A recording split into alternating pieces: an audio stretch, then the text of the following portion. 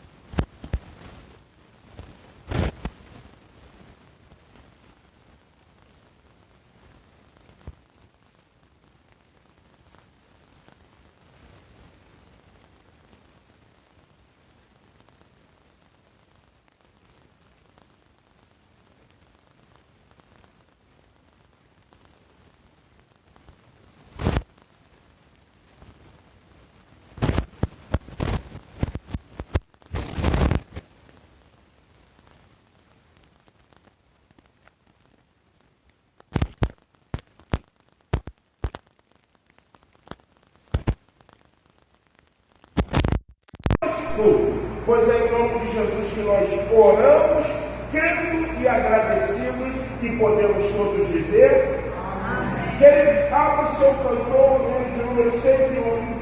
Vamos adorar o Senhor. Antes de estar passando a palavra a quem é devido, nós estaremos então louvando ao Senhor com esse belo hino do nosso cantor cristão.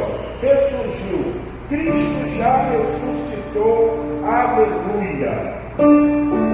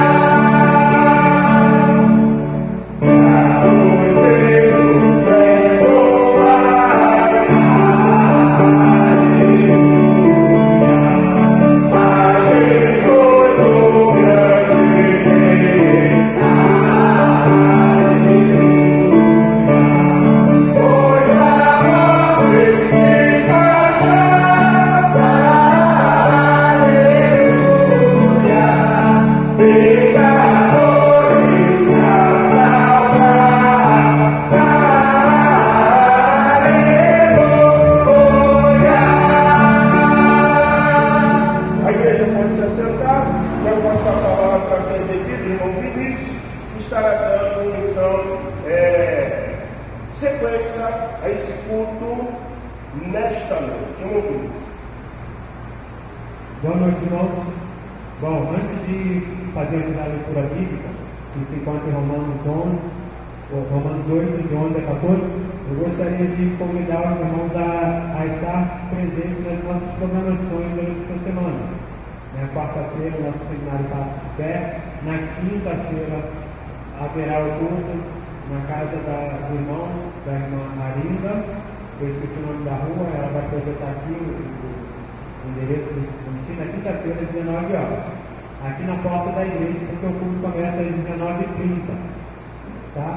Na quinta-feira, então, o culto no lar da família, aqui, na casa do irmão Luiz Gonzaga e da sua esposa, né, na rua Bagé, número 35. O culto começa às 19h30, mas para aqueles que não sabem onde fica a rua Bagé, então o pastor encontrará com o pessoal aqui às 19 horas, tá bom? Na próxima sexta, no sábado e no domingo, a nossa série de conferências, né? Mais conhecida como série de conferências, mas é o culto alusivo à ressurreição de Cristo. Né? A palavra de Deus nos diz que devemos pregar tempo e fora de tempo. Então, essa programação, eu convido os irmãos a estarem divulgando, né? Convidando o seu amigo, o seu vizinho, para estar ouvindo da palavra do Senhor, tá bom? Agora eu convido a igreja a estar se colocando de pé, vamos fazer a leitura de Romanos 8, versículos de 11 a 14, que nos diz assim, Romanos 8, isso, de 11 a 14. E se o Espírito daquele que vem dos mortos ressuscitou a Jesus, habita em vós, aquele que vem dos mortos ressuscitou a Cristo também vivificará os nossos corpos mortais pelo seu Espírito que em vós habita. De maneira que, irmãos, somos devedores, não a carne, para viver segundo a carne. Congregação?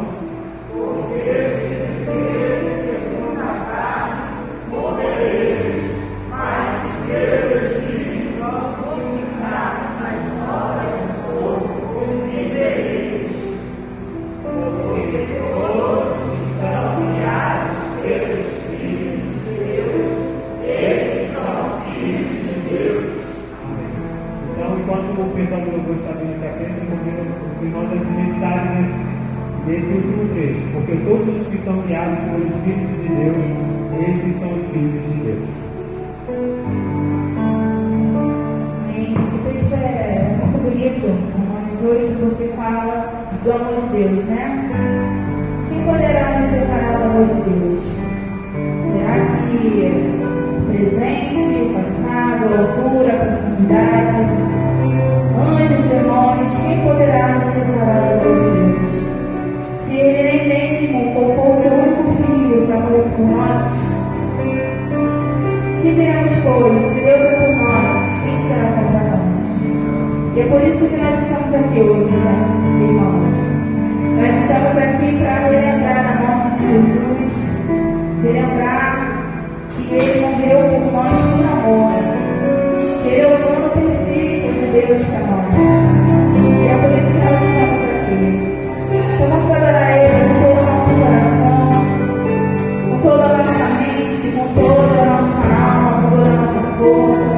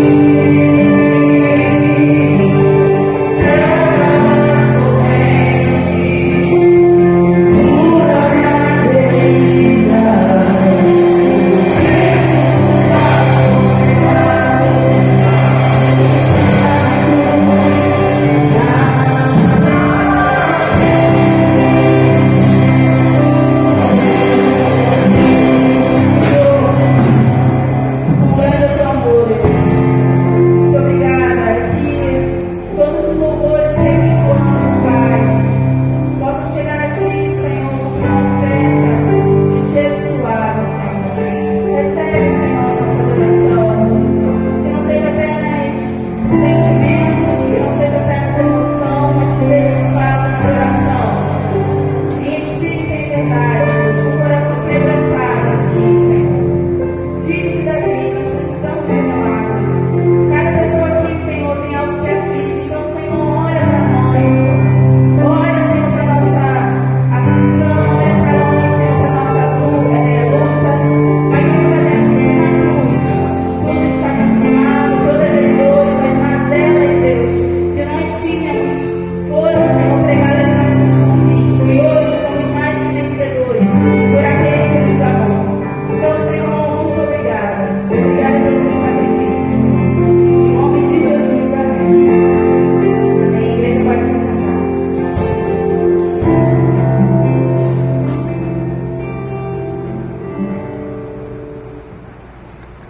Antes de passarmos para o nosso momento de intercessão, eu gostaria de reforçar o nosso aviso que passamos logo no início do curso, né, que na quarta-feira dentro do nosso seminário Passo de Fé, você gostaria de marcar um culto na sua casa, é só falar, avisar o nosso pastor Márcio de Souza, que ele estará prontamente atendendo o seu pedido, e aí estaremos como igreja presente no seu lar, fazendo o nosso culto sempre às quintas-feiras.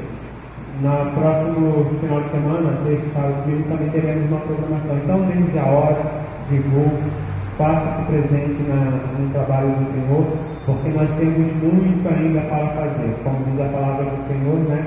Vamos trabalhar enquanto é dia. Nesse momento, vamos fazer um momento de intercessão. Se você tem algum pedido a fazer, eu convido você a se colocar de pé. Vamos estar orando nesse momento. Alguém tem algum pedido?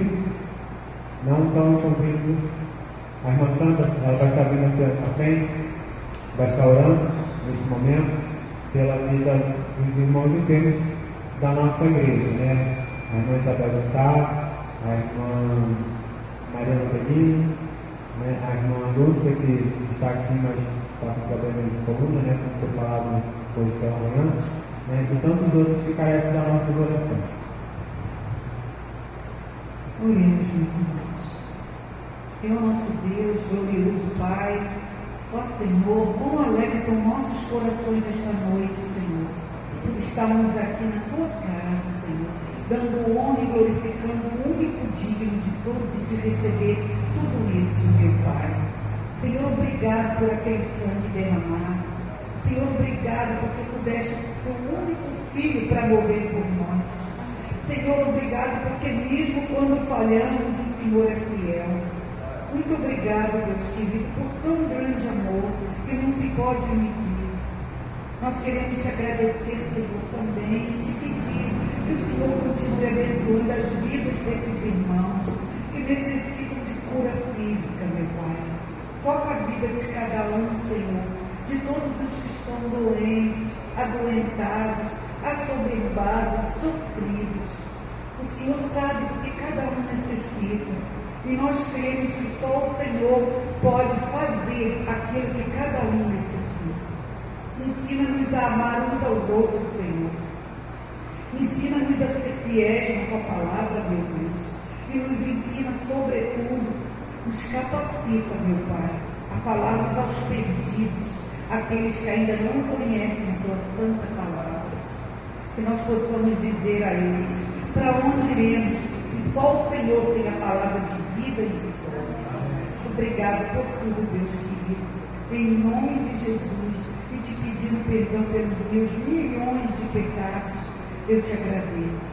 Amém. Amém, Senhor. Para esse momento, vamos estar fazendo um momento de ofertório. Vamos estar cantando o número 99, a ressurreição. Mas antes, gostaria de lembrar os irmãos que, como os irmãos podem ver aí no banco, né, tem o QR Code, né, nós temos uma chave Pix. Caso os irmãos queiram ofertar ou dizimar através da chave Pix, pode jogar o celular ali, né, e fazer a leitura do QR Code. Você que está nos visitando, se quiser também ofertar, fique à vontade. Você que está nos assistindo pela live, também fique à vontade para adorar ao Senhor com as suas ofertas. E convido a igreja a se colocar em pé mais uma vez. Vamos estar louvando ao Senhor com o hino de número 99 do nosso cantor cristão. Queridos, hino de número 99 do nosso cantor cristão, como foi informado pelo irmão Vinícius, é o momento dos dízimos, das ofertas, onde nós estaremos depositando ao altar do Senhor. Temos também um envelope ali, mas hoje tudo está dentro de uma perspectiva de uma era digital. Então, se você tem uma chave Pix ou você tem o desejo de contribuir financeiramente para a vida da Igreja Batista Memorial, está aí o QR Code ou a chave Pix, que é o CNPJ da Igreja Batista Memorial de Rochameira. Nos por pé, louvemos ao seu nome de número 99 do nosso cantor cristão.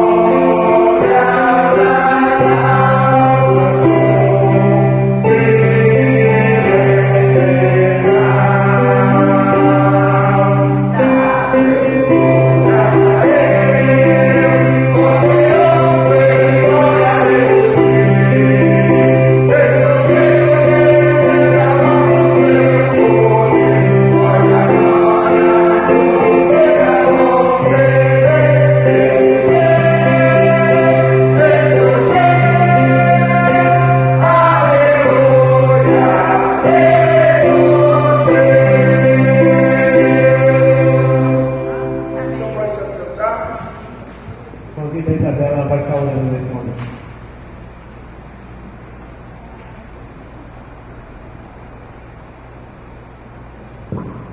Oremos. Senhor, mais uma vez obrigada, Pai, obrigada pela fidelidade do teu povo, nos dízimos, nas ofertas, que nunca possa faltar, Senhor, seja sempre a nossa provisão, e que o Senhor possa também, Senhor, estar abençoando a tua igreja, que esse dinheiro possa sempre ficar bem aplicado, Senhor, no teu reino. Essa é a oração que te faço agradecer por tudo, Senhor, em nome de Jesus, amém.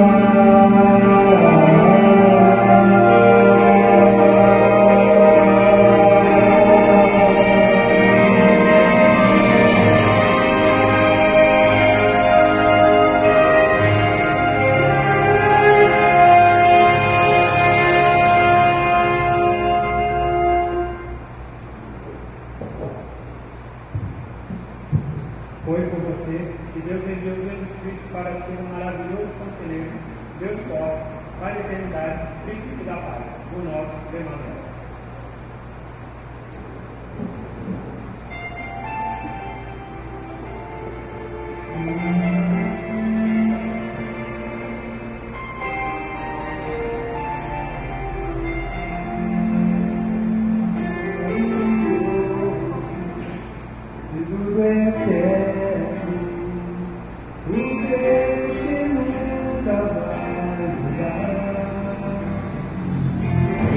Deus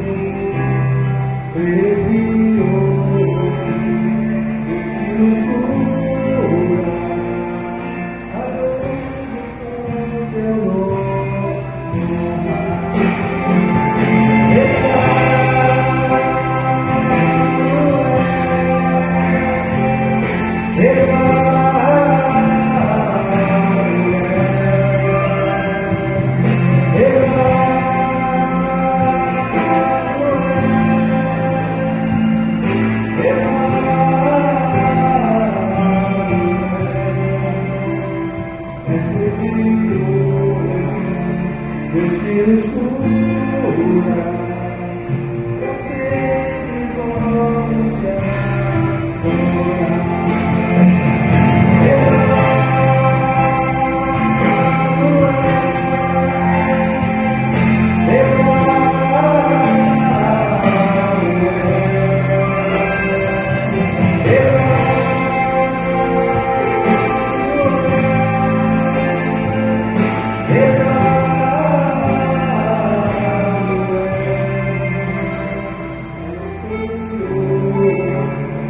Deus que nos cura, pra sempre vamos te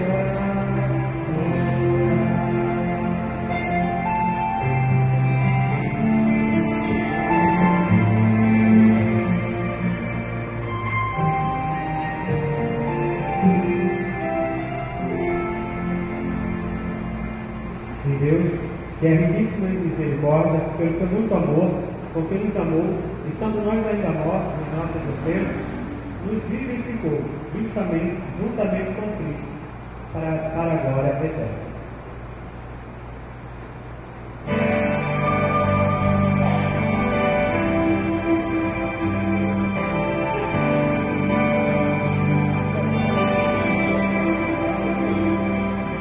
Eu quero apresentar para todos os presentes o verdadeiro campeão. Ele para vencer todo o mal, suas vestes brancas são, e sua altura serve até o céu, e não terá coisa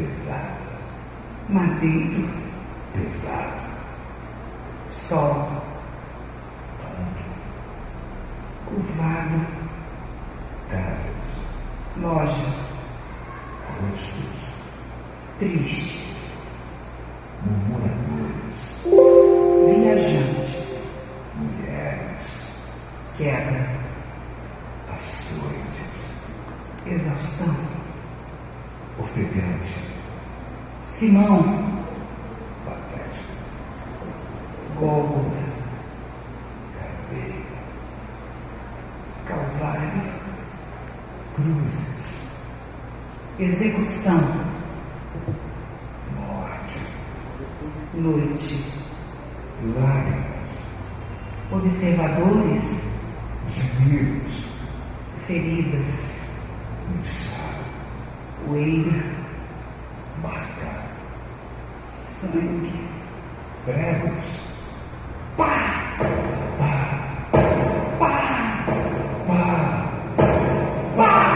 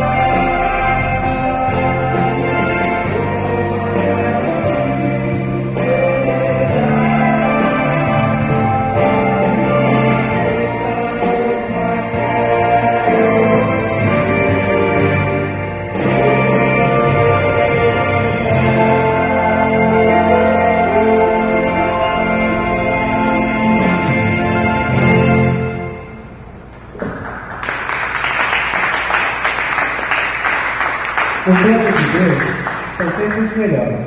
Seus conselhos são sempre os melhores. As suas bênçãos são sempre as melhores. Quando confiamos em Jesus e obedecemos a Ele, encontramos o melhor caminho, pois Ele é o caminho, a verdade e a vida.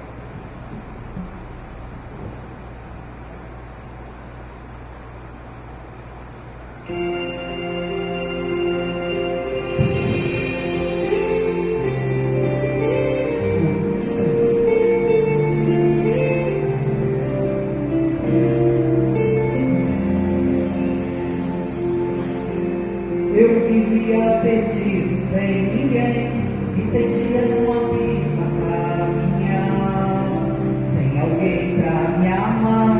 Solidão invadiu meu coração, o pecado, as trevas me levou, aprisionado fiquei.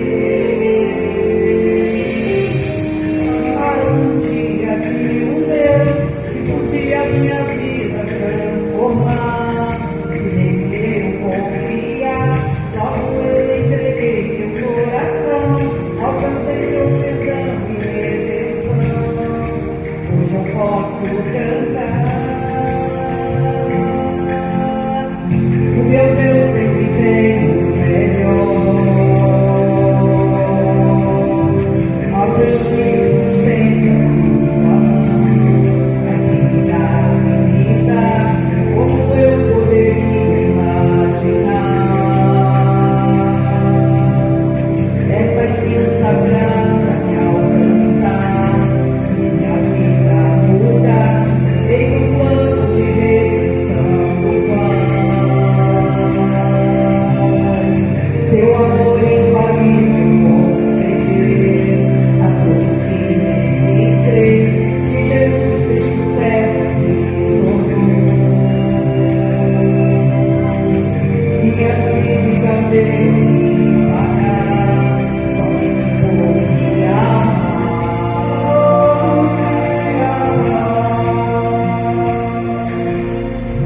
E agora na luz do Redentor, se encontrou em mim Emmanuel, Deus comigo está.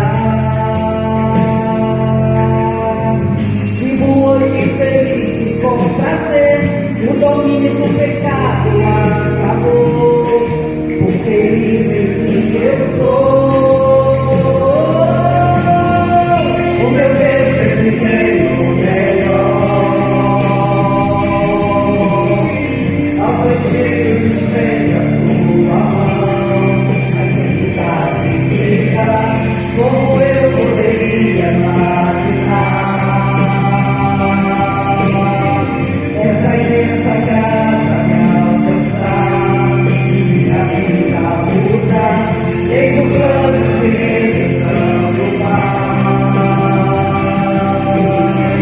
Seu amor infalível conceder a todo quem crê, que Jesus Cristo servo se tornou. Minha dívida veio a me pagar, somente por me amar.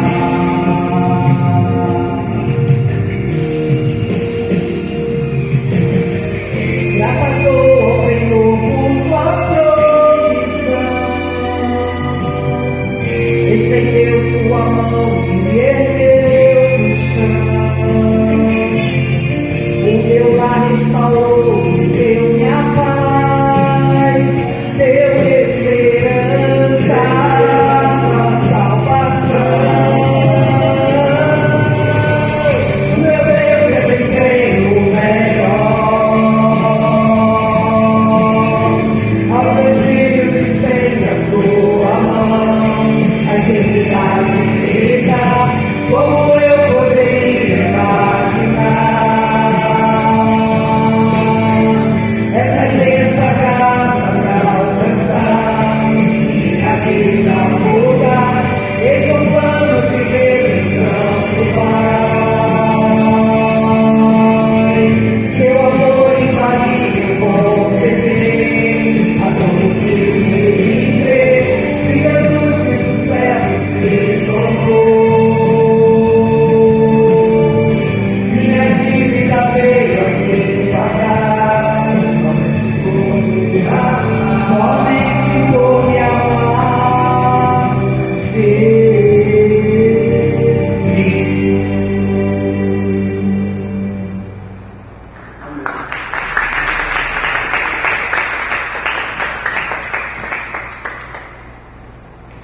E nisso se manifestou o amor de Deus para conosco, que Deus enviou seu Filho unigênito ao mundo, para que por ele vivamos, e isso inclui nossos pequeninos que agora estará cantando.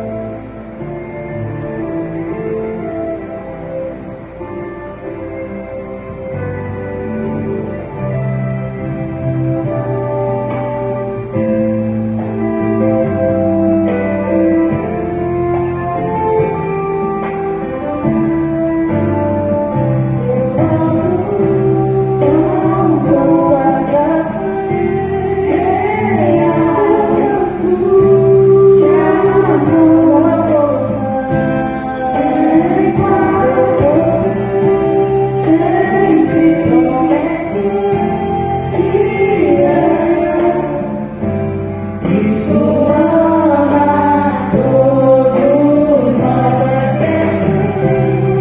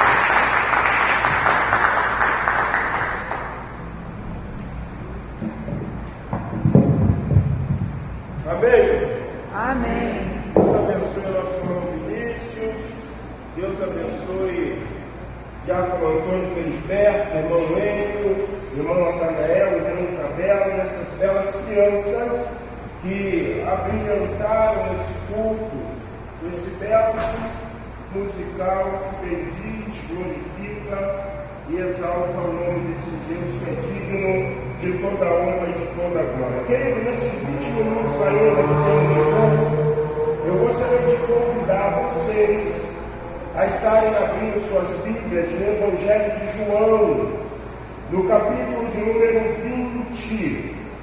E eu gostaria de ler a partir do versículo de número 1, que fala justamente sobre o que nós acabamos de ouvir, que foi a morte, mas a ressurreição do Senhor Jesus Cristo. Evangelho de João, capítulo 20, a partir do primeiro versículo, a palavra de Deus diz assim: no primeiro dia da semana, domingo, Maria, chamada Madalena, foi ao sepulcro de madrugada, sendo ainda escuro, e viu que a pedra estava revolvida. Então correu e foi ter com Simão, Pedro, e com o outro discípulo a quem Jesus amava, João Marcos, e disse-lhes: tiraram do sepulcro o Senhor, e não sabemos onde o puseram. Saiu, pois, Pedro e o outro discípulo, e foram ao sepulcro. Ambos corriam juntos, mas o outro discípulo, João Marcos, correu mais depressa do que Pedro, e chegou primeiro ao sepulcro. E abaixando-se viu os lençóis de linho, todavia não entrou. Então Simão Pedro, seguindo, chegou e entrou no sepulcro. E ele também viu os lençóis e o lenço que estivera sobre a cabeça de Jesus, e que não estava com os lençóis, mas deixado num lado à parte. Então entrou também o outro discípulo, que chegara primeiro ao sepulcro, e viu e creu, pois ainda não tinham compreendido a Escritura, que era necessário ressuscitar ele dentre os mortos. E voltaram os discípulos outra vez para casa. Quando nós falamos de ressurreição, é muito claro que não existe um posicionamento místico sobre isso, mas existe uma coisa muito interessante: falar de vida ou vencer a morte, ou vida após morte.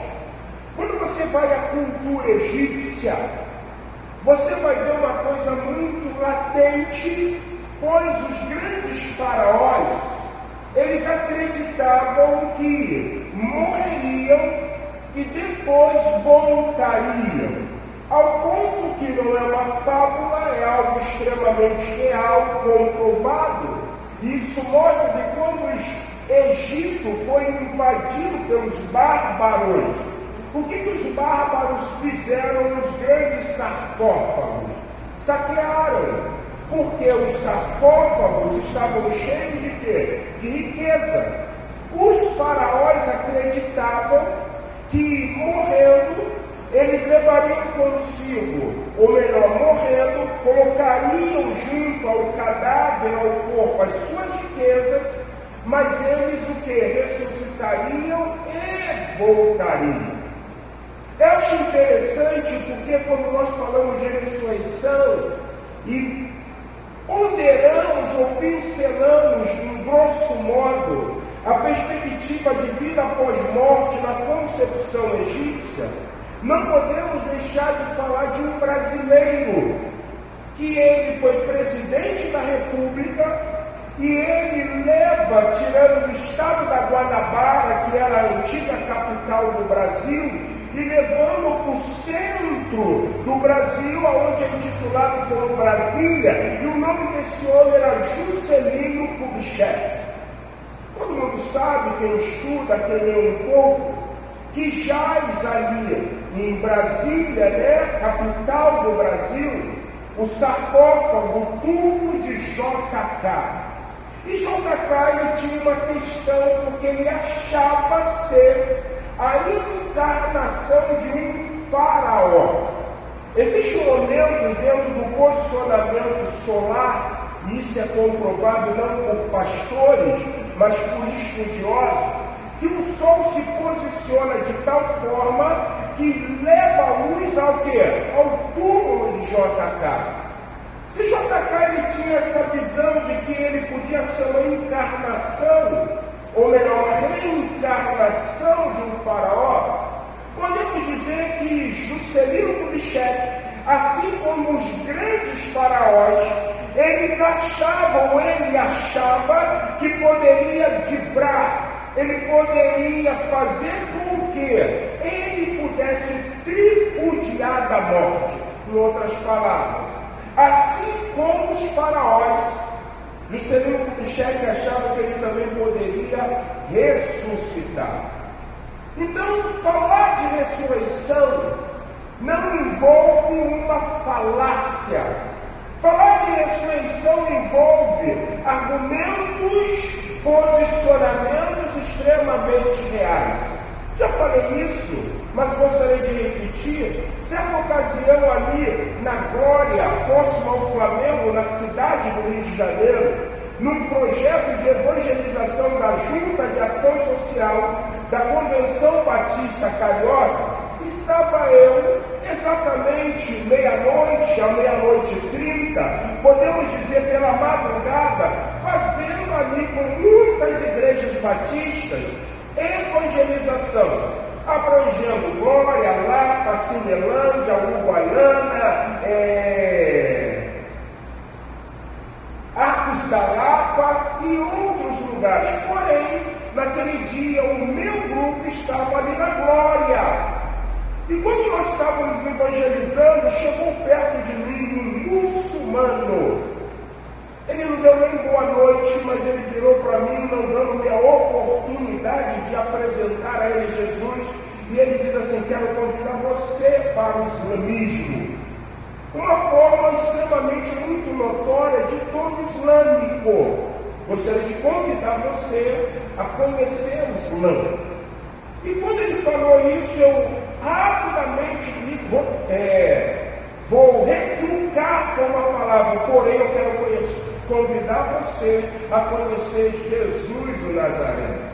Ele vira para mim e fala assim: não, Jesus é um grande profeta.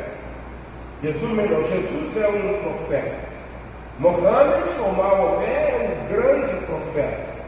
E eu viro para ele e pergunto assim: você já peregrinou a Meca? Ele sim. Todo muçulmano ele vai peregrinar a Meca, é como o Ramadã. Ele vai fazer isso. E aí ele também me perguntava algumas coisas. Quando eu virei para ele e perguntei assim: o túmulo de Mohammed está em Meca? E sim, o túmulo do grande profeta está em Meca.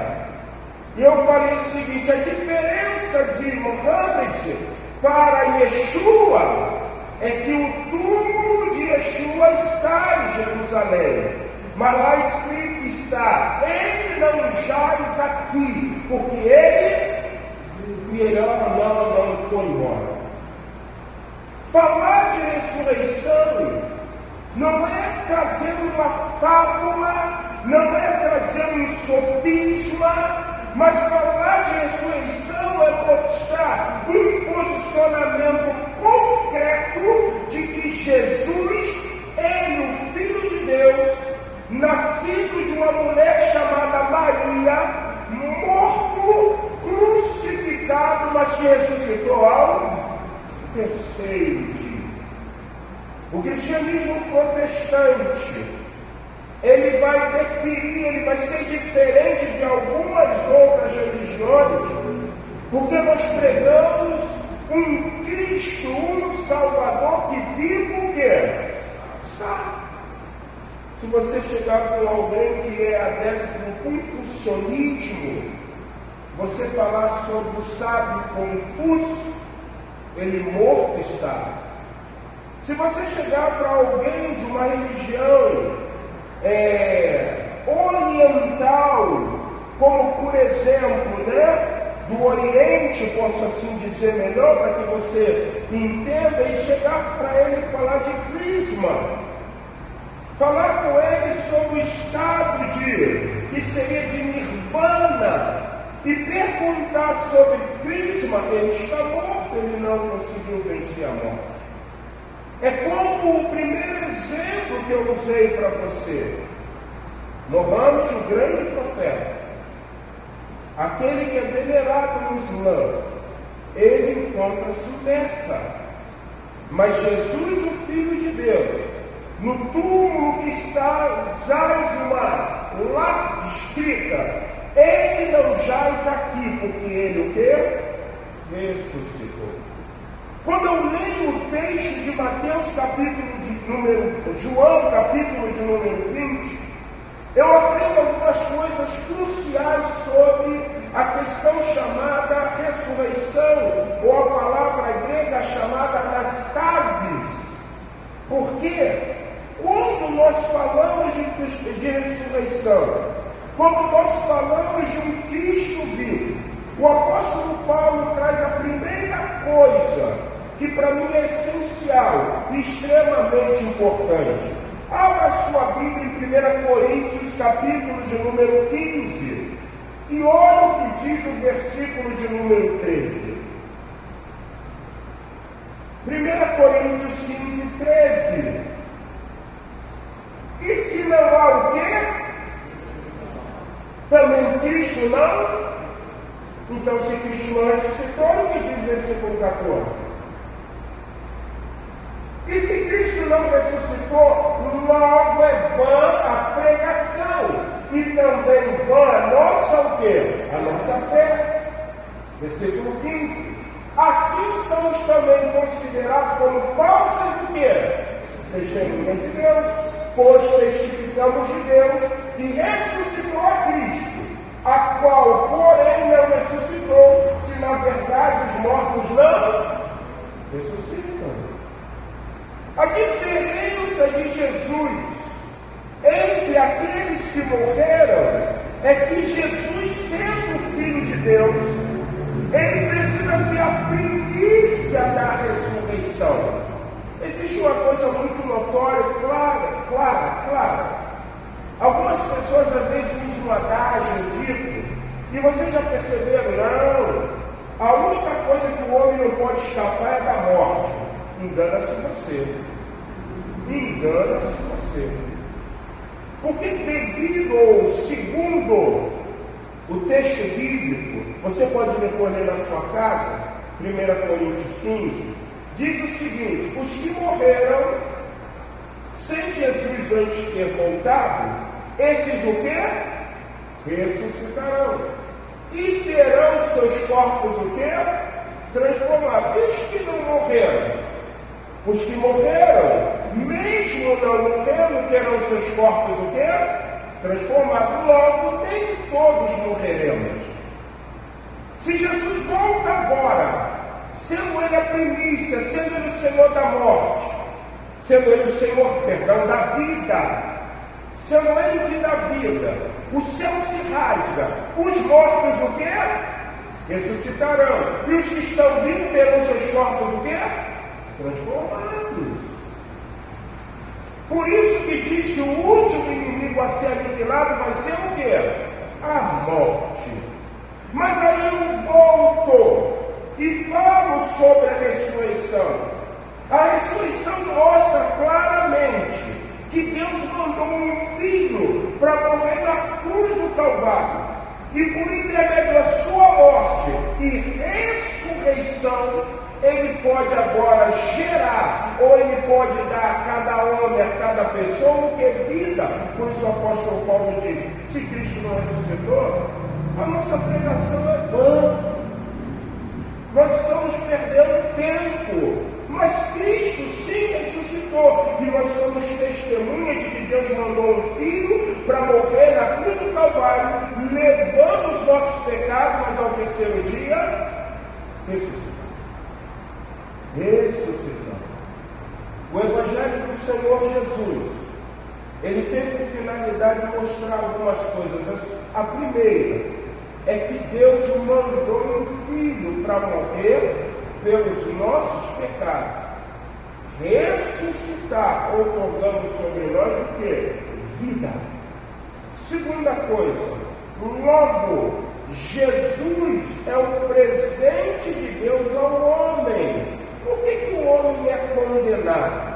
O homem passa a ser condenado porque ele não está acreditando que Deus enviou um filho para morrer, para redimir o homem de todo o quê? Pecado. Qual é a única blasfêmia que não é perdoada? A blasfêmia contra o Espírito Santo. E o que é blasfemar contra o Espírito Santo? É não ter Jesus como único e suficiente. Você está fazendo Deus mentiroso. O que leva o homem para o céu é entender que Jesus, por ter ressuscitado, ele pode oferecer vida. Vamos ver isso em João capítulo de número 11. Olha o que diz João capítulo de número 11. É a ressurreição de Lázaro. Olha o que a palavra de Deus vai nos ensinar. João capítulo de número 11.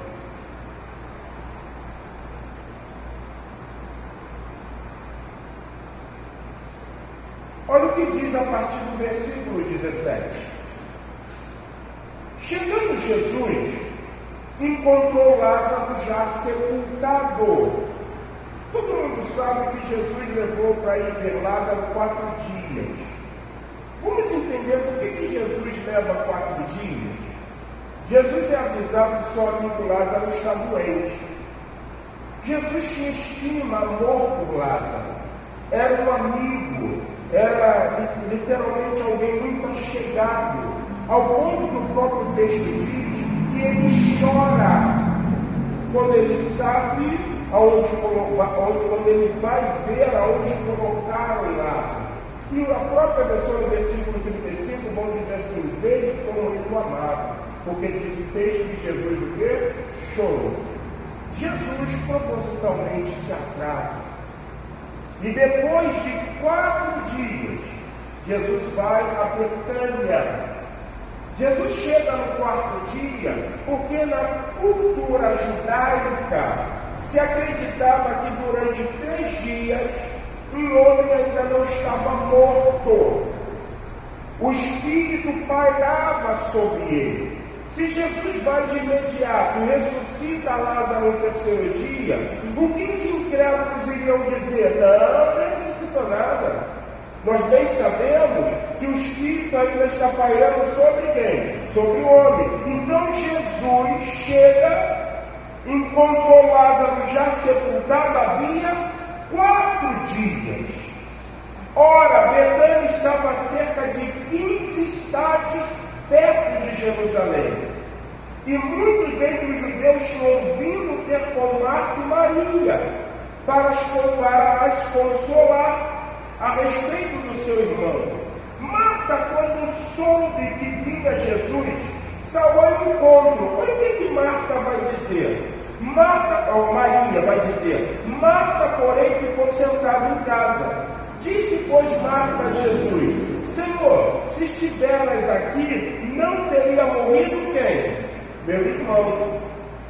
Mas também sei, olha o que Marta vai dizer, mas também sei que, mesmo agora, tudo quanto pedires a Deus, Deus te concederá. Declarou-lhe Jesus: teu irmão há de ressurgir. A ressurreição no judaísmo era algo muito difundido. Os fariseus acreditavam na ressurreição, os saduceus não. Aí olha o que o texto diz: declarou-lhe Jesus: teu irmão há de ressurgir. Eu sei, replicou Marta, que ele há de ressurgir na ressurreição do último dia. Disse-lhe Jesus: eu sou o quê? e a vida. Quem crê em mim, ainda que morra certamente, a diferença de todo líder religioso que existe no cenário passado, que existe no cenário presente e pode existir no cenário futuro, é que nenhum deles pode dar ao homem o quê? Vida. Jesus vira para Marta, por ele ter vencido a morte, sendo a primícia da ressurreição, e ele diz assim: Marta, o teu irmão só dorme. Mas ele há de ressuscitar. Sim, Senhor, eu sei que ele vai ressuscitar no último. Não. Quem crê em mim, ainda que esteja morto, certamente viverá. Por que Jesus diz isso? E provavelmente na nossa mente, como estudioso, ou leitor, ou ouvinte da palavra, vai ponderar uma coisa: mas, pastor, a palavra é bem aplicada a Lázaro, pois Lázaro está o quê? Morto. Não pode ser aplicada a mim, eu estou em vida. Você se engana. Quando você começa a ler a palavra de Deus, você vai aprender que existem 3 momentos de morte na vida do homem. Qual é o primeiro momento? Alguém lembra? Qual é o primeiro momento da morte na vida do homem? Qual é o primeiro momento? É a morte espiritual. O homem está morto o quê? Espiritualmente, por causa do pecado, como falou o irmão.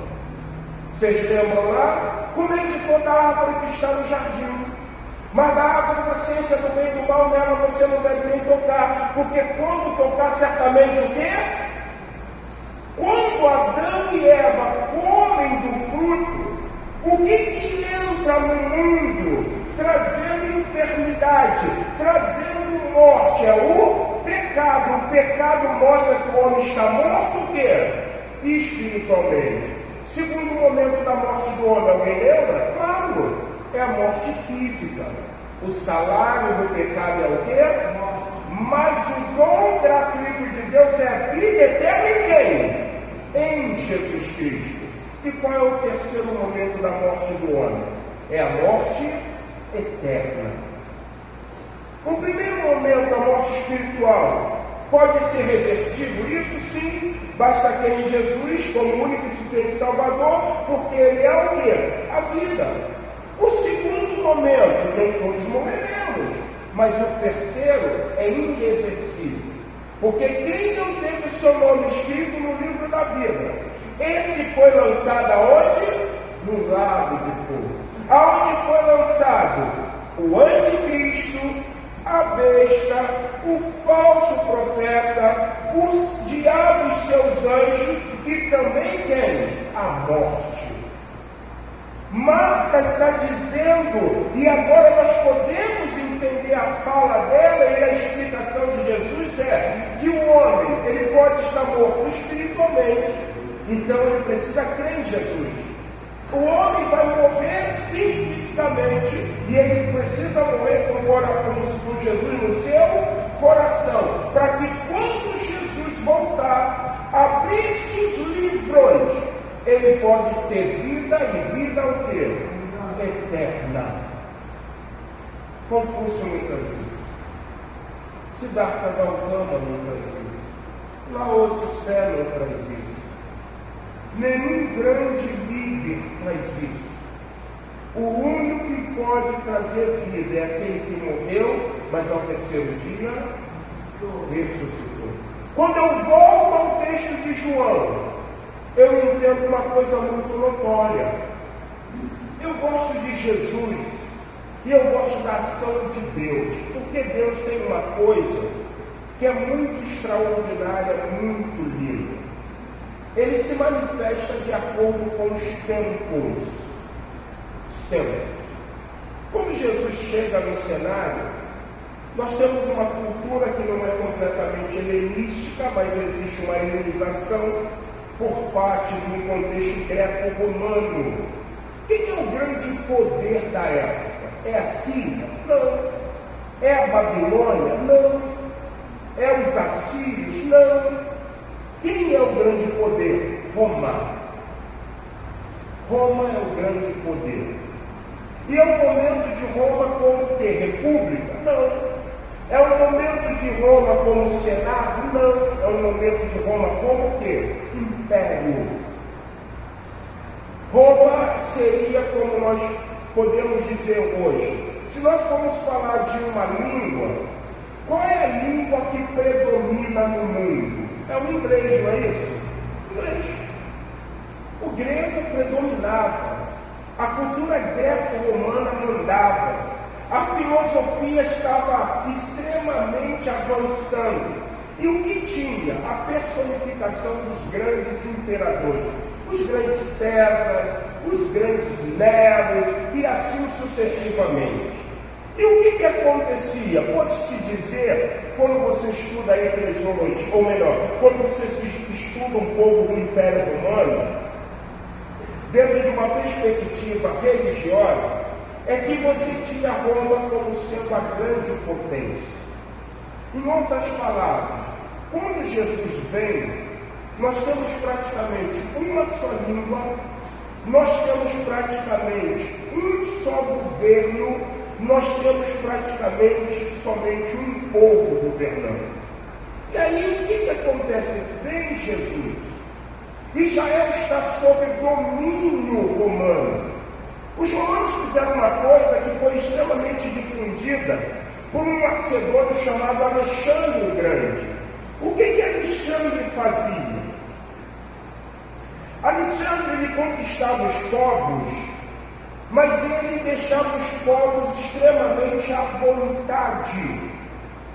Ele não era um opressor. Ele não estava ali amedrontando, se fizer isso vai preso. Ele não fazia isso. O foco dele, quando você pega aquele filme Alexandre o Grande, você vê um montão de menino, dentro dele está Alexandre. Aos pés de quem? A figura ali é de Aristóteles. Discípulo de quê? Platão, Sócrates. E Alexandre, no filme, ele vira e diz o seguinte para Aristóteles: se a cultura grega ela é uma cultura tão evoluída, por que nós não conquistamos o mundo? E Alexandre cresce com a ideia de helenizar o mundo. Quem conhece a história sabe que ele não consegue fazer isso. Ele morre, e aí o que acontece? Roma faz a mesma coisa.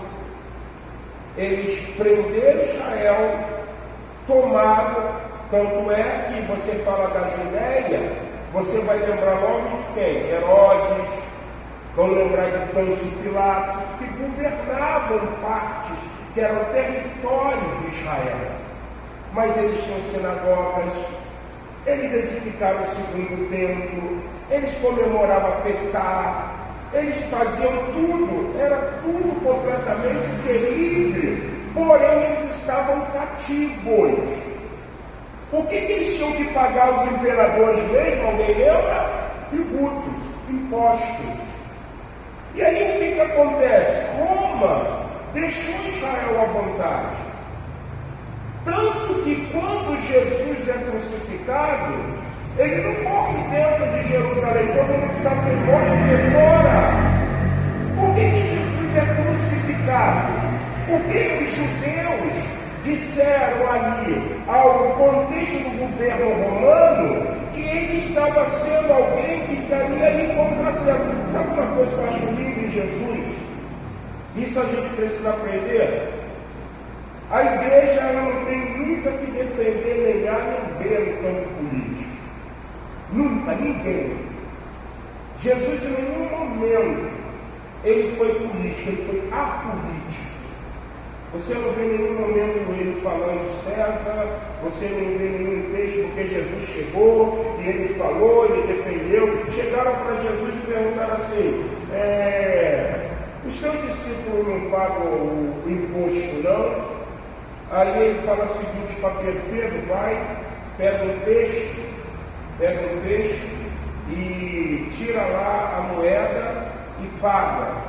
Todo mundo sabe, quem não sabe é que parece que Pedro era o discípulo mais velho, por isso ele tinha que pagar imposto. Ele e Jesus, os demais não tinham idade para pagar imposto. Então você vai ver Jesus dentro desse cenário. mas a gente volta a uma perspectiva cultural. Olha o que o texto no capítulo 20 vai dizer, para nós estarmos finalizando. Versículo 5. E abaixando-se, viu os lençóis de linho. Todavia não entrou. Primeiro discípulo, João Marcos. Então Simão Simão Pedro, seguindo, chegou e entrou no sepulcro. Ele também viu os lençóis, e o lenço que estivera sobre a cabeça de Jesus, mas esse lenço estava posto uma parte o quê? Separada. O que Jesus queria dizer quando ele ressuscita e pega esse lenço, dobra e põe uma parte separada? Cultura diferente. Quando um judeu convidava uma outra pessoa para ir comer na sua casa, tinha-se os duros, os escravos. Então, provavelmente, o duro ia lavar a cabeça do que convidado e também os pés. Iam se sentar à mesa. A mesa é bem baixa. Não é uma mesa como nós ocidentais estamos familiarizados. Por isso que diz que João Marcos encosta a cabeça sobre o quê? O ângulo, de Jesus Cristo. E eles iam dar um guardanapo, um lenço. Se aquela pessoa ela foi bem tratada, ela dobraria o lenço, colocaria a parte. Sabe o que o dono da casa estava entendendo? Que ele novamente iria o quê? Voltar. Quando Jesus pega o lenço e dobra, ele está dizendo assim: calma, porque agora eu vou descer a profundeza do inferno. Vou pegar os espíritos em prisão, todos que morreram na era diluviana, vão ouvir que eu sou o Salvador. E vou o quê? Voltar. E aí entra aquela conjectura, não segundo o texto bíblico, mas segundo os apócrifos, que Jesus desceu ao inferno e tomou o quê? A chave que estava na mão do diabo e disse: agora eu sou o Senhor da vida. Ele foi e ele o quê? Voltou. Para mostrar também a nós uma coisa: que ele pregou os espíritos em prisão, destronou a força do pecado, e ele está voltando para testemunhar que ele pode vencer o maior inimigo do homem. E não é o diabo não, gente. O maior inimigo do homem é a morte. Quem crê em mim, ainda que esteja o quê? Morto, certamente verá. Por isso que em termos de crente é tranquilo, gente. Porque quando a gente vê um corpo inerte numa urna, nós sabemos que ali está uma parte da tricotomia do homem. O homem é corpo, alma e espírito. Mas se ele creu em Jesus, se ele confessou diante dos homens, se andou com uma vida ética, moral, uma vida de santidade, ele pode estar dormindo, mas mas na volta de Jesus ele vai o quê? Ressuscitar. Qual a religião que você conhece que oferece vida? Só pode oferecer vida quem é o Senhor do quê? Da vida. Jesus morreu e ressuscitou, dizendo o seguinte: eu vou vencer o inimigo do homem, chamado morte. O lenço está dobrado, porque eu vou, mas vou voltar. E essa volta de Jesus, dentro do âmbito da ressurreição, se resume no terceiro e último ponto. Vamos em Atos capítulo de número 1. Atos 1. Olha o que a palavra do Senhor diz.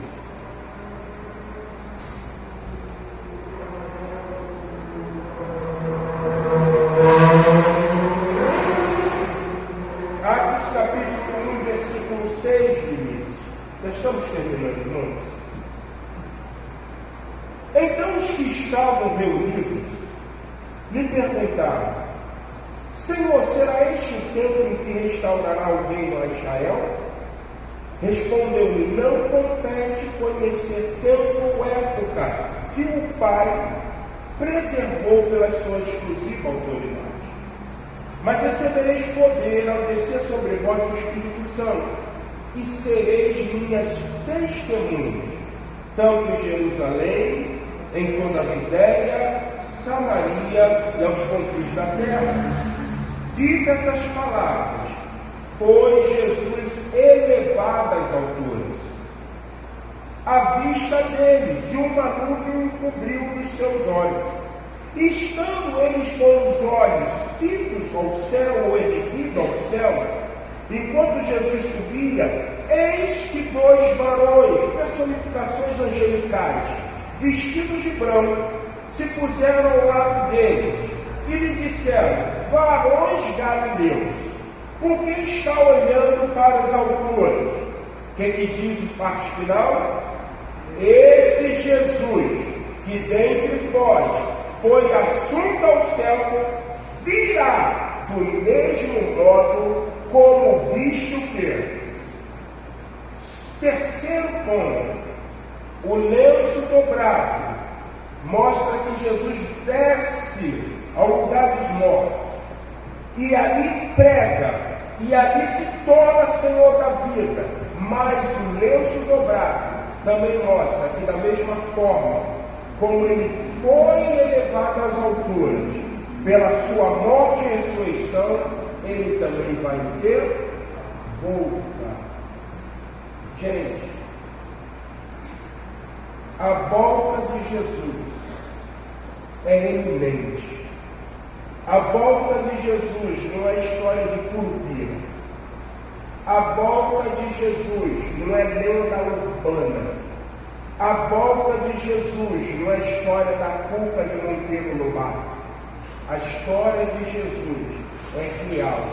Da mesma forma como ele veio, foi entregue aos pecadores, foi crucificado, ao terceiro dia ressuscitou, outorgando salvação, e foi assunto ao céu, ele vira para os discípulos e diz o seguinte: olha, a respeito da restauração de Israel, não compete eu saber o dia nem a hora, porque é algo de exclusividade, de autoridade e extremamente de Abba, de Pai. E a Bíblia diz que quando o Senhor, o Pai, mandar o seu Filho voltar, ele vai vir para buscar a sua igreja e os que foram lavados, redimidos pelo seu sangue.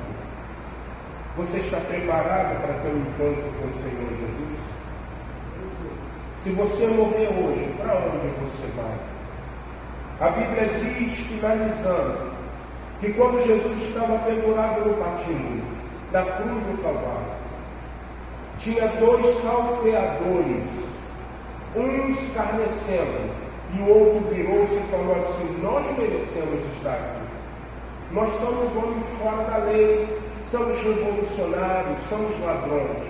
Porém, esse homem não fez nada. Quando tu entrares no teu paraíso, lembra-te de quem? De mim. A Bíblia diz que vira-se Jesus e diz: hoje mesmo estarás comigo no jardim cercados de muro, paraíso. A palavra persa. Então, quem crê em Jesus tem acesso a um paraíso. O paraíso não é a perspectiva de 100 virgens. O paraíso é um lugar reservado para aqueles que creram em Jesus como o único e suficiente Salvador. Você quer ir para o paraíso? Então creia que Jesus morreu e ressuscitou.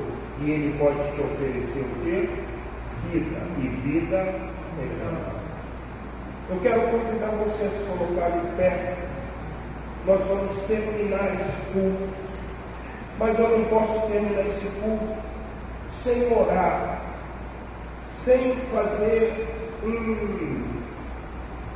sem estabelecer um pedido que é justamente isso. Você que adentrou aqui esta noite, você que ouviu a palavra do Senhor, você que de repente está fora do aprisco divino, por causa de uma decepção. Você que de repente pode estar fora do aprisco divino, porque acredita que existem coisas que são melhores. Provavelmente você está preso a isso. A Bíblia fala, a Bíblia ensina. Aquilo que domina o homem se torna senhor da vida do homem.